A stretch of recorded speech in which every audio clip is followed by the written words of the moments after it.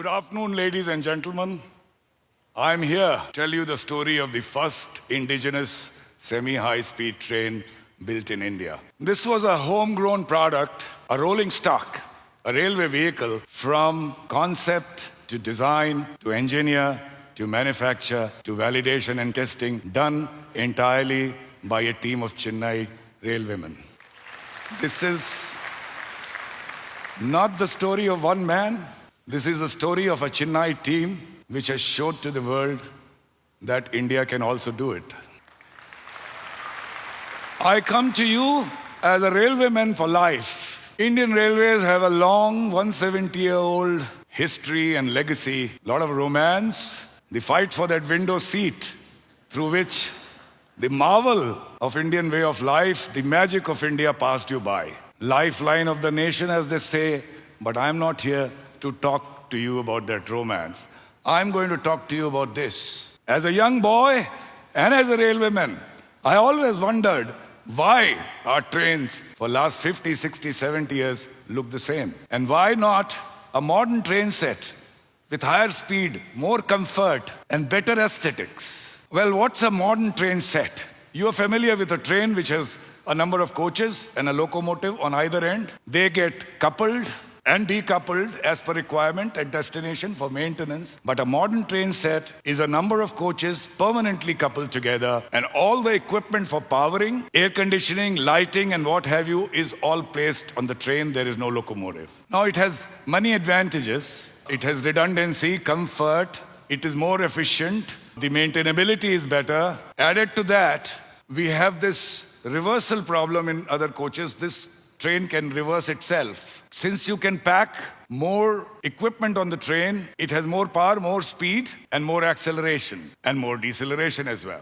From one cab to the other cab, if it's a 16-coach train like our own train, you can walk from one end to another without realizing that you are crossing a coach to coach because they're wide gangways with a lot of comfort.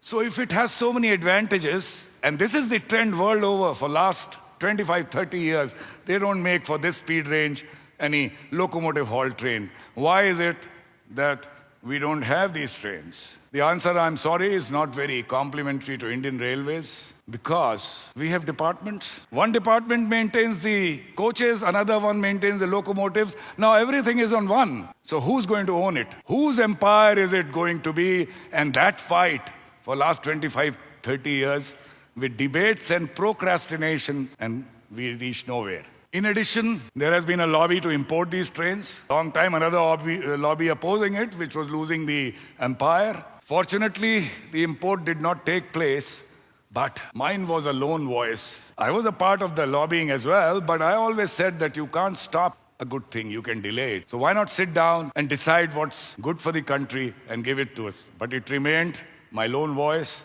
just a dream.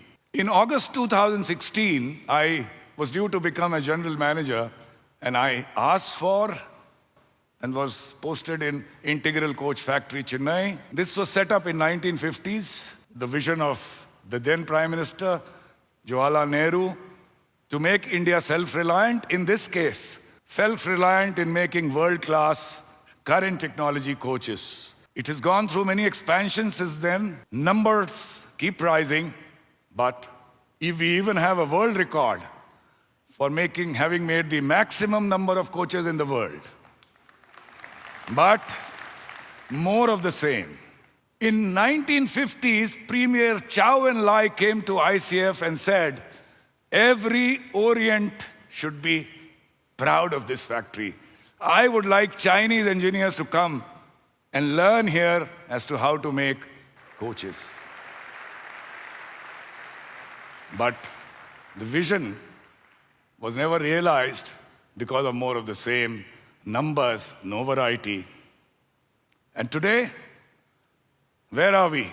We are far behind. We make a beeline to go to China and learn from them. Well, when I landed, I found a very dedicated and great team of officers. My fortune is already there in ICF. And the staff, the design, and the manufacturing staff, they had this ennui written on their face. More of the same, doing more of the same. They were raring to go. They had that technical chutzpah, that audacity to try something new, and it needed channelization. Well, adopting some simple measures of leadership like empathy, like openness, shedding of the stifling protocol and bureaucracy that you have in railways, welcoming ideation and recognizing those who work and coming down hard on those who did not, we started making some progress. One example, in our foyer of the administrative block, we had this place corner like most government offices where the janitor used to keep brooms and buckets. We transformed it into a family tree. All 11,000 faces, not one smaller one, not one bigger, all placed there, and it became a place for selfies. And this was the new ICF, which was trying to burgeon, and this was my opportunity. More of the same, but an exponential growth in outturn. And in 2018, when we make 2,500 3 coaches, we thought we became the biggest factory in the world. And next year, when we made 3262, we settled all out and became the biggest factory in the world.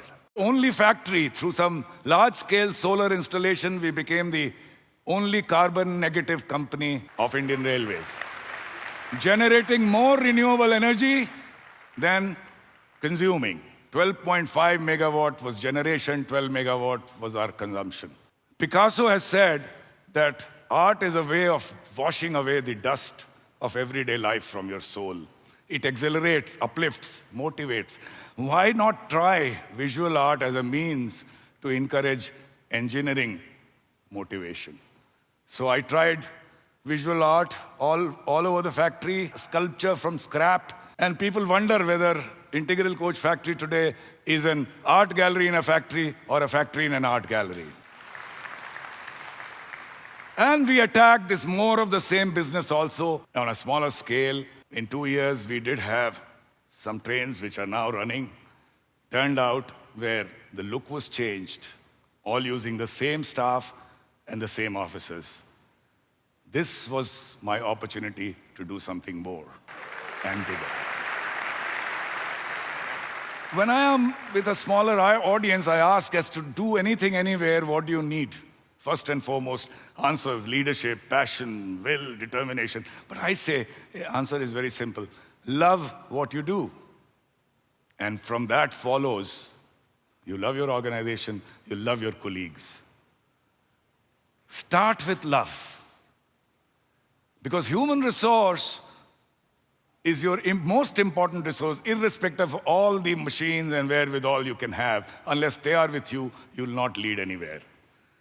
One poet has said that, "Is love se mohabbat ka adna sa fasana hai." This word love has a small story. Simte to dile aashik, phaile to zamana hai.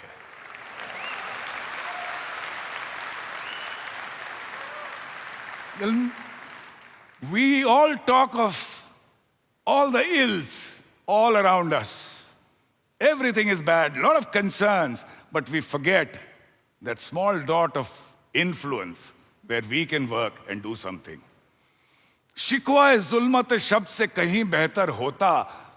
It's better than complaining about darkness कि अपने हिस्से की एक शम्मा जलाते जाते. This was the time to light the candle of my dream. And we are told that you must live your dream. First, you must look after yourself, your bread and butter. But don't let that dream die. You never know when the opportunity will present itself and you can realize your dream. And this was the time for me. So, platform, vision, fortune was with me, opportunity. But there were doubts and challenges.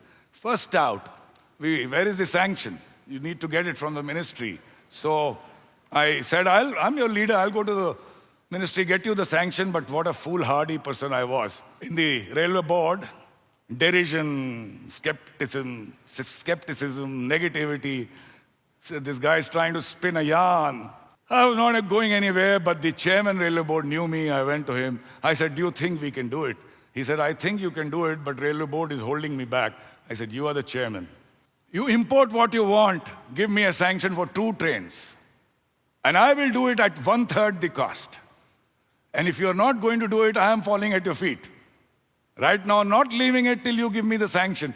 Ladies and gentlemen, Somebody will kill your vanity someday. It's better that you kill it yourself today.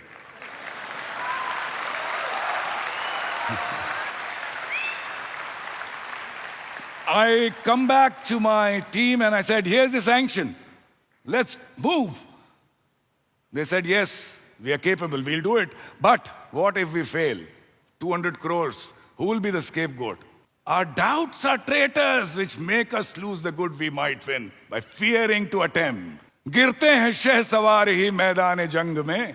Only a mounted soldier falls in a battlefield. वो तिफल क्या गिरे जो घुटनों के बल चले. The days of your crawling are over. You'll be a mounted soldier, all of you. And if we deliver this good train, first of its kind in India, the credit is all yours. If we fail, this old man is going to retire in 1 year. What can they do to him? Don't worry. Now, from now on, the team will connect. Kill your vanity, and if you make a mistake, own up. Because from every mistake, you will learn and become a better engineer. Sometimes fault can be worse than the excuse. That done, they said, what will be our mode? We have been getting all these trains, all these 60, 70 years through technology transfer. You bring in, you order on a multinational, you bring in some trains, then knock down kits, then you start making it, but you make it worse than what you brought 15 years back. Why? Because technology cannot be transferred. It's an oxymoron. Technology is not just a set of drawings and specifications and documents. It lives in the mind and the heart of the creator. Can you transfer that? So we will do it on our own, good or bad. We will not look up to anybody sitting on a high pedestal. It will be entirely our train, and we are going to make it. Yes, but the Bard has also said that you should never be a foolish wise person. You should be a wise fool. There may be some areas, like a bogie design, which has never been done, which we can't do. So we will engage consultants. Consultant has no stake in supplying in future. He will sit with you. That's the contract. Every single line that he draws, every word that he writes in the spec will be done along with you so that you learn, and the entire know-how, entire know-why, the entire IPR is with us. And that's how this model worked. And only one more doubt, they said, that we are in April 17, such a project usually takes 36 to 42 months. You will retire in December 18, we'll be left midway. New leader may say that, why are you doing this risky job? More of the same is better. I said, yes, that's a problem. But I have a solution. Our minds may not be where the European or the American or the Japanese mind is, but we are Indians, we can work like donkeys. गधों की तरह काम कर सकते हैं, और गधों की तरह काम करेंगे दिन रात 24/7. We will turn out this train before December 2018. Calendar year 2018, and to remind everyone, this train is being called Train 18 from today. And now, if you have it in you, the purpose, courage, and the valor, this is the time to show it. This was the beginning and, in a way, end of my story, because rest is a matter of only hard work, glitches, hitches, but synergy, solving it. And as we were building it, some hype was also created, so we were apprehensive that what if it fails? But anyway, fortune was with us because we were working hard. Come 27th October, the train was finally unveiled. In a ceremony unparalleled in any factory of Indian Railways, with Dolu Kunita band from Bangalore, flurry of that. And after that, the train was sent to trial and validation online.